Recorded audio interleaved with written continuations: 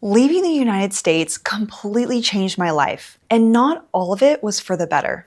I'm going to walk you through how this move reshaped my finances, my relationships, and my everyday life, and how to decide if it would actually make your life better. I'll also share a few things that surprised me along the way. So when people ask whether leaving the United States is worth it, the first thing most Americans think about is money. Let's start there. Because financially, life outside the United States can look very different, and not always in the way people expect. In the US, life tends to follow a pretty predictable financial structure. You graduate, and many people already have student loans. Then you need a car because most places aren't walkable. Later, you might buy a house and take on a mortgage. Over time, those costs stack up, and a lot of your decisions start revolving around maintaining that structure. One thing that surprised me after moving abroad is how different the structure can be in other countries. Education can be dramatically cheaper. Housing in many cities costs far less than in the US, and a lot of places are walkable, which means you may not need a car at all. Healthcare can also be significantly more affordable. Those differences don't just change your monthly expenses. They change the pressure around your entire financial life. And once you start seeing those differences, the question of whether living abroad is financially worth it starts to change. For some people, the biggest pressure in their life comes from the cost structure around them.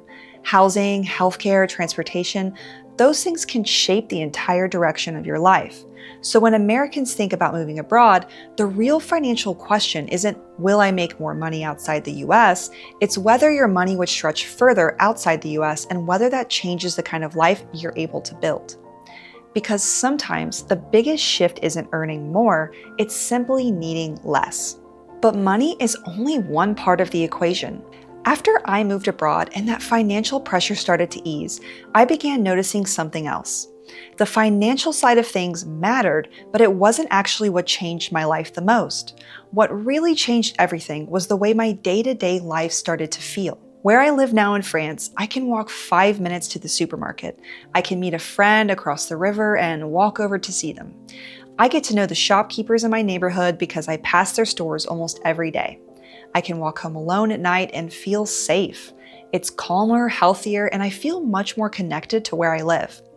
When I think back to my life in Texas, so much of my day was spent sitting in a car, driving to work, driving to the store, sitting in traffic. It's a completely different rhythm of life. And that's something people don't always think about when they imagine living abroad. They picture travel, adventure, and beautiful cities. But what really determines how happy you are somewhere is the rhythm of your normal days. And the place where you live shapes that rhythm more than you might realize. It affects how much time you spend commuting, whether you walk or drive everywhere, whether you run into people in your neighborhood, or mostly move between isolated spaces. So when people start thinking about living abroad, it can be helpful to imagine what a normal Tuesday in that place would actually look like. Because sometimes the biggest improvement in someone's life isn't dramatic adventure. It's simply building a daily routine that feels healthier, calmer, and more connected. And for me, that shift in everyday life became one of the biggest factors in deciding whether moving abroad was worth it. But living abroad didn't just change my finances or my daily routine. There's another change that happens when you live abroad for a while that's harder to notice at first. And over time, it can completely reshape how you see the world. Before I left the US, my worldview was a lot smaller. I grew up in Texas, and most of what I knew was the culture around me, how people lived, and what life was supposed to look like.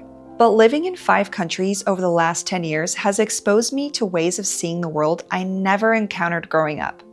Different cultures, languages I didn't grow up speaking, and sometimes very different ideas about what a good life actually looks like. Over time, I started seeing my own culture more clearly and realizing just how many different ways there are to build a life. And that shift can change what you want for your own future. Some people are happiest building stability in one place.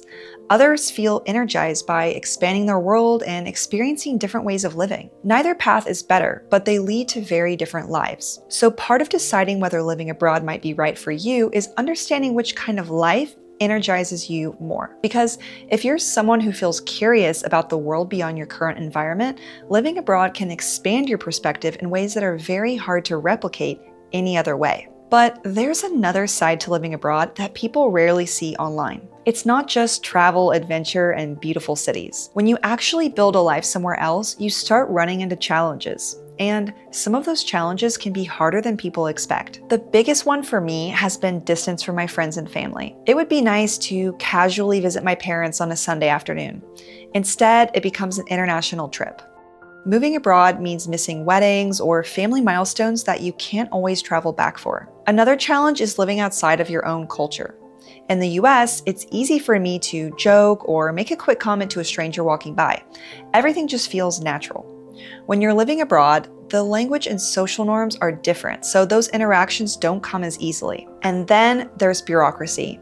Living abroad means constantly thinking about visas, taxes, and trying to understand how systems work in another country. So when you're thinking about whether moving abroad would be worth it for you, it helps to remember something important. No place is perfect. What matters is whether the benefits of that life outweigh the costs for you. Because every place comes with trade-offs. Some people value proximity to family above everything else.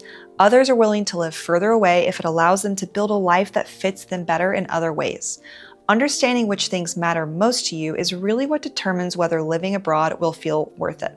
But when most Americans start thinking seriously about making the move, a few concerns tend to come up again and again. And once I moved abroad, I started realizing those concerns weren't always what I expected.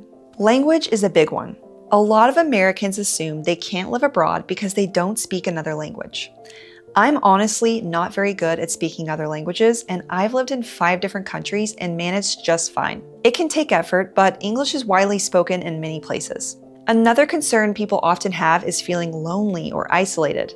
But what surprised me was how easy it can actually be to meet people. Many cities have large expat communities, groups of people from different countries who regularly meet up, organize events, and help each other navigate life in a new place. There are also a lot of Americans living abroad, and many of them are looking to build friendships and community too. Healthcare is another big concern people have when they think about moving abroad.